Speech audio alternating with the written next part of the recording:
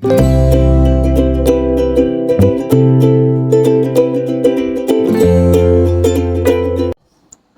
salam sejahtera Malaysia. Selamat datang ke channel Fails Lifestyle.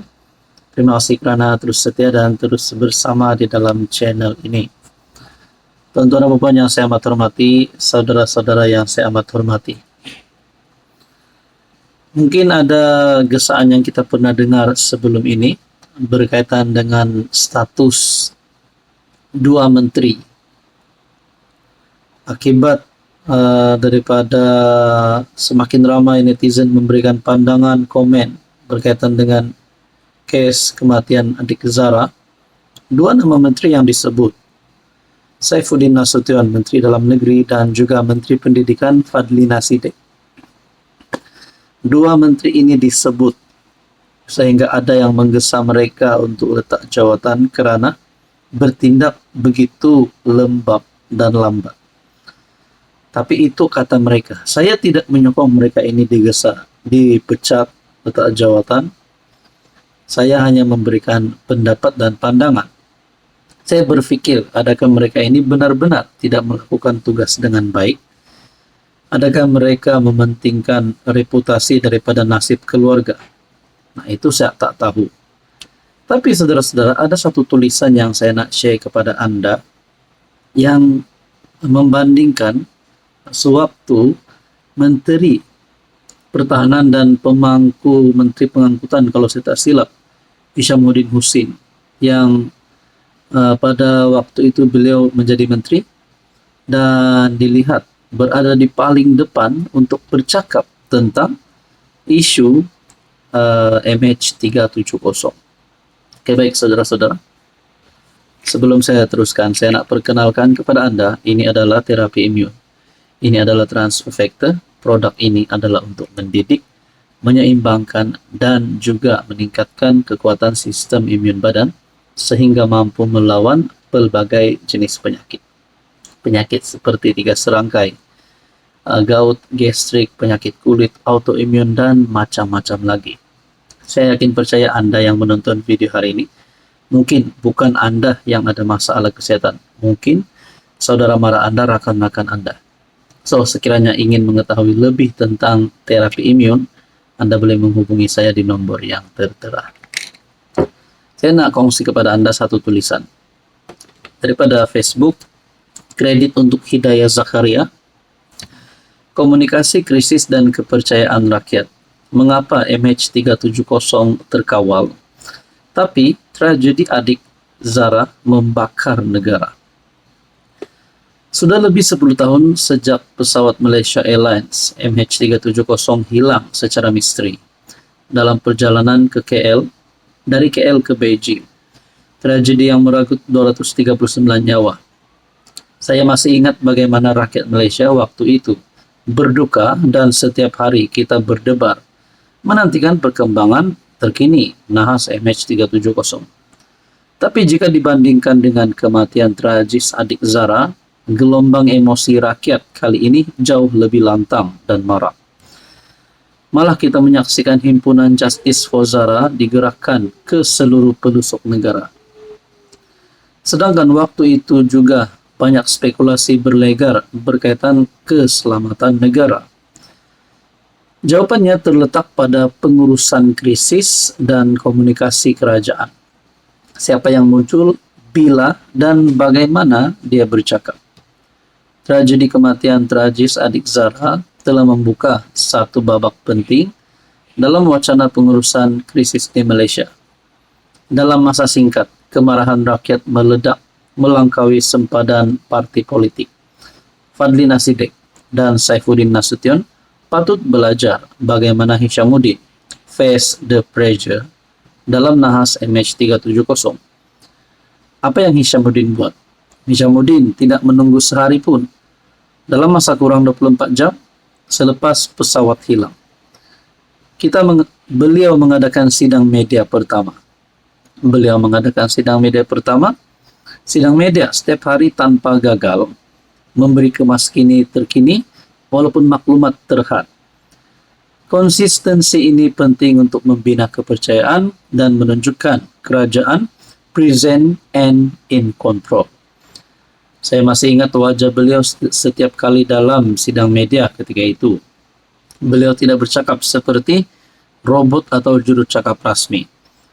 Wajah sugul, nada suara perlahan, dan sesekali nada tersekat. Semua itu memanusiakan beliau di mata rakyat. Dalam komunikasi krisis, jujur lebih baik daripada menipu untuk menenangkan. Nah, tulisan ini saya lihat menunjukkan betapa hebatnya Hishamuddin Husin menghandle ataupun mengawal face the pressure. MH370 penuh kelemahan, penuh spekulasi dan persepsi, tetapi Hishamuddin hadir, bercakap, menangis dan memikul beban negara. Kesannya sekarang menteri didesak letak jawatan dan rakyat hilang kepercayaan pada kompetensi kerajaan.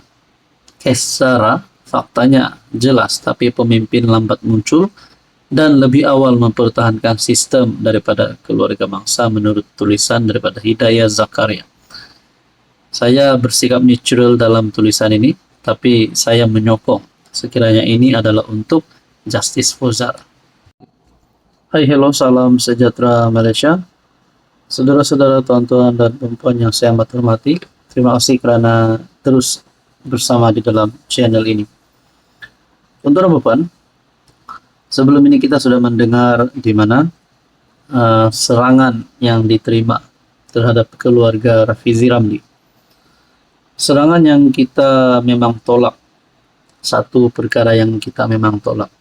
Tidak pasti berkaitan dengan politika, berkaitan dengan masalah dalaman kita tidak tahu. Tapi kita memang menolak perkara ini. Tapi ada satu nama VVIP ataupun satu identiti yang berprofil tinggi yang disebut di dalam case ini. Saya pun agak terkejut, tapi pada akhirnya Ismail Sabri sendiri telah tampil dalam satu kenyataan. Nah, saudara-saudara, saya tidak tahu Ismail Sabri terlibat atau tidak, ada dendam terhadap Rafizi atau terlibat dengan case ini. Tapi ini yang kita mau tahu kebenarannya. Ismail Sabri lapor polis lepas dikaitkan kes anak Rafizi diserang. Bekas Perdana Menteri Ismail Sabri membuat laporan polis selepas dikaitkan dengan serangan terhadap anak anggota Parlimen Pandan Rafizi Ramli. Oke, baik, sebelum saya teruskan, saya perkenalkan kepada Anda. Ini adalah terapi imun. Produk ini adalah untuk mendidik, menyeimbangkan dan meningkatkan sistem imun badan Anda sehingga mampu melawan berbagai jenis penyakit. Kepada Anda di luar sana yang mungkin sedang ada masalah penyakit berulang, sedang ada masalah kolesterol darah tinggi, kencing manis, dan macam-macam lagi penyakit yang ada. Kalau bukan Anda, mungkin saudara mara Anda. Inilah waktunya Anda untuk mendapatkan terapi imun, mendapatkan maklumat tentang transfer factor. Sekiranya Anda berminat, Anda boleh menghubungi saya di nomor yang tertera. Oke, baik, kita teruskan. Ismail berkata, setiausaha akbarnya telah membuat laporan polis bagi pihaknya di Ibu Pejabat Polis Daerah Dangwangi terhadap sebuah laman Facebook yang menerbitkan 2 artikel palsu dan berunsur fitnah yang mengaitkannya dengan insiden tersebut, serta satu skandal melibatkan sebuah syarikat swasta. Laporan juga telah dibuat kepada MC-MC, Suruhanjaya Komunikasi dan Multimedia, dan Facebook supaya tindakan segera diambil terhadap laman serta pengendali atau pemiliknya, kata anggota Parlimen Perak. Keseluruhan kandungan artikel yang dimuat naik dalam laman FB tersebut tidak benar sama sekali dan berniat jahat untuk menjatuhkan reputasi serta nama baik saya.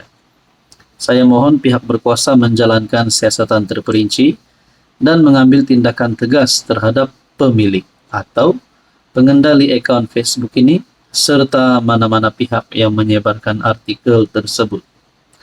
Saya juga telah mengarahkan peguam untuk mengambil tindakan undang-undang selanjutnya terhadap pihak terbabit.